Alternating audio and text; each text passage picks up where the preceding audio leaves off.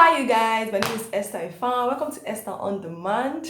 I'm a Lagos-based lawyer slash content creator, and in this space I create content on law, I create content on gist, and I also do lifestyle vlogs. So if that interests you, help me smash the subscribe button and turn on the bell so that you get notification anytime I release a new video. So I stumbled upon some laws that I found them quite strange, and some I've heard while I was in law school slash as undergrad studying law. I had heard some of these laws, but I just felt like, oh, these laws are so funny. These laws are strange, they're funny. Like, who sits down and thinks about this kind of law? So I was like, okay, let me bring it out for you guys. One of the funny law in Nigeria is the fact that it is illegal to practice witchcraft. Bam, like it is illegal. We all know that it is illegal to practice witchcraft, but in Nigeria there's a law against it. It's like obviously it's culturally, culturally, you guys understand what I'm trying to say. It's culturally unaccepted to practice witchcraft. So it's not acceptable for you to go around telling people that, oh, you're a witch, oh, and if you do them something, that it's I know but people are so funny. Some people will go to the extent to tell you that, oh, I will show you that my great grandfather and my great grandmother, they were witches and they passed the power down to me. So in Nigerian law, you can get in trouble for actually being a self-proclaimed witch or wizard. So it's against the law for you to say, oh, you are a witch. If you are practicing your witchcraft, please practice it privately in the privacy of your home. If you are flying at night, happy flying, fly. Well, please, you can't even say it outside that you are a witch. It's against Nigerian law. That aside, okay. So another law in which I think Nigerians know this, but we keep trampling on it because we feel like CBN cannot do anything to us. It is against the law to spray money at a social event, step on the money, throw the money up in the air. There's a CBN Act against that. It's actually called the abuse of the naira. As much as the naira is not important to us and it has lost value in our eyes, it has not lost value in the eyes of the government. They still like their money. That's why, you know how the saying goes, monkey no fine, but the mama like am. When it comes to the naira, it's useless. We know it's useless, but the government still likes the naira like that. So please, like, it's against the law for you to go to parties and you're spraying money. So some people are stepping on it, some people are throwing it up in the air, some people are doing when it's coming out. It's actually against the law. But please, if you come to my wedding and come to my birthday party, please, between me and you can spray me money. Is allowed. So another strange and funny law in which you guys might not know that is in existence in Nigeria is that it is illegal for you to paint your car army green. Like, you can't paint your car army green. Like, I've always known that you can't wear army green clothes or clothing or apparel, but I no wonder, like, I've never really, have you guys ever seen an army green vehicle that does not belong to the army? So peradventure something actually enters your head and you feel like, I'm not seeing any color in this life to use. Is army green I want. My sister, my brother, do not paint your car army green. It's against the law.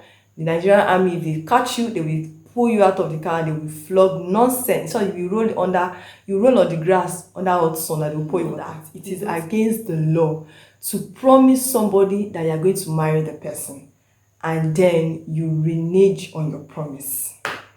Brothers, come, just come close. Because some guys are used to doing, if only some girls like really take guys up for this thing. Guys are used to doing this. If you know you are in the habit of promising a girl that you're going to marry her, and then you don't marry her, please desist from it, because you can be sued. It's called breach of promise to marry. This can only work for, now let me explain it to you. This can only work for statutory / you know all those Ikoyi weddings, Ikoyi registry weddings. That's what they call statutory marriage. That's marriage under the Act, the Matrimonial Causes Act. Now, if someone has promised to marry you and you guys have gone to the Ikoyi registry, you've taken out a form, you've paid the money, and then on the day of wedding, Baba no show up, madam no show up, you have a right under the law to take the person to court and get damages. That is if it is under statutory marriage, or that is marriage under the act/marriage Ikoyi registry marriage. But if it is customary marriage, the ones that they pay bride price to, you can sue. If on the day of your traditional marriage, your husband to be has promised that he's going to be there, and unfortunately he doesn't show up, I'm sorry, you cannot sue on that one. Okay, so for you to even get some kind of damages, or for the court to award you cost or something, you have to prove to the court that there was even a promise to marry. Like, there was already, not that there was a promise of marriage, oh, I'm going to marry. He had taken steps, you guys are taking steps, you had gone to the registry, you had picked out the form, you've paid, you've done all the necessary things, and then on the day of the marriage, baba jakpa. So this next one is actually my favorite. When you are filing for divorce proceedings, you can join the person that your husband committed adultery with and sue for damages. They call them co-adulterer. They actually call them co-adulterer. So I'm always surprised when I'll see videos of a wife going to a hotel room where she's suspected that her husband is cheating. She'll now start beating the girl, dragging the girl by her hair, dragging the man's hair, beating. Babe, you don't need that. You don't. Or I've seen husbands catch their wives in bed with another man, then they'll start making trouble, wanting to beat the man. The man will jump from the window to escape. You don't need all that. You can easily just bring, if you are filing for divorce, you can actually bring an application before the court to join the adulterer, but you have to lay sufficient evidence before the court. That's why for all these things I keep saying sufficient evidence. You have to lay sufficient evidence before the court that truly these people were committing adultery, and I caught them in the act. So adultery is something that you have to catch someone in the act, because you have to state the time, the place, how it was done, which position they were using when you caught them. So if you actually have evidence of the commission of the crime, oh wow, beautiful. If you have evidence that you have a video that when they were going at it and all that, and if man's face is clear, the woman's face is clear, you can join the person and say, this one is a co-adulterer and I want to collect damages from this person. So I think that's like number 5, one of the strangest laws in Nigeria. One of the strangest laws in Nigeria is that you have the right to search an officer before they search you. Okay, let me explain that one. So let's say you're driving and a police officer pulls you over, checks your documents and everything, and then says he wants to search your car. You don't need to argue why do you want to search the car? You ask, you calm down, you lock the door, and you tell the officer, first and foremost, I want to search you first. So now the reason why this is done is so that, because there have been cases in which officers will plant and put cigarettes, cocaine, whatever inside a driver's car, and then they accuse the driver of having and they accuse the driver of having that in his vehicle. So majority of the time the law understands, and the law is that, oh, you have a right to search the officer first. Now you have the backing of the law, quite alright, but I cannot guarantee you what will happen if you tell SARS that you want to search them first, or you tell a police officer that you want to search them first before they search you. My brother, you're on your own. Me, I can do that because me, I'm a lawyer and I have the backing of MBA.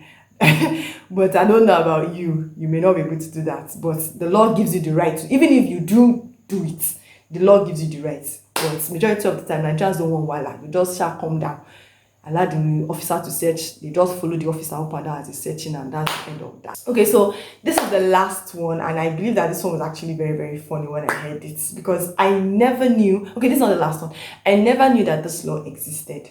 If your property is stolen, you cannot paste a reward for stolen property and also stating there that you will not ask questions on how the person went about producing your property, neither will you arrest the person.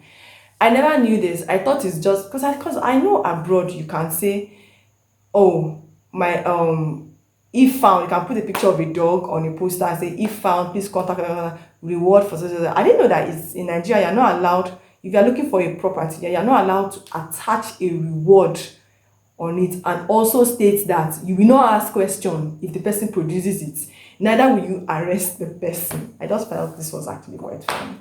And then there's one that I now remember that is done all the time. So this last law is that you cannot under any circumstance carry pepper spray. It's called it's an offensive weapon. When I first heard this law, I was like, what? Pepper spray is what normally a woman or a lady will use to protect themselves against criminals. So why would you say I can't shh your eye if you are coming to come and attack me? But according to the Nigerian law, it is an offensive weapon. So you are not to be caught with pepper spray in your bag. Hello, ladies. when I heard this word, I was like, I don't want to say that one concern you now, but in my mind, I was like, that one concern you now. If I have pepper spray and then someone is coming at me, I will use it. I will not even be thinking whether it's an offensive weapon. It is, of course, it's an offensive weapon because it's supposed to keep me safe, you know. So you guys, I just felt like, oh, I think I was reading something about this a few days ago. I was like, oh, this is quite funny. People might not actually know about these strange/funny laws. So let me just come up and let me tell you guys. So you guys, thank you so much for watching the video. You guys are the best. See you in my next vlog. Bye.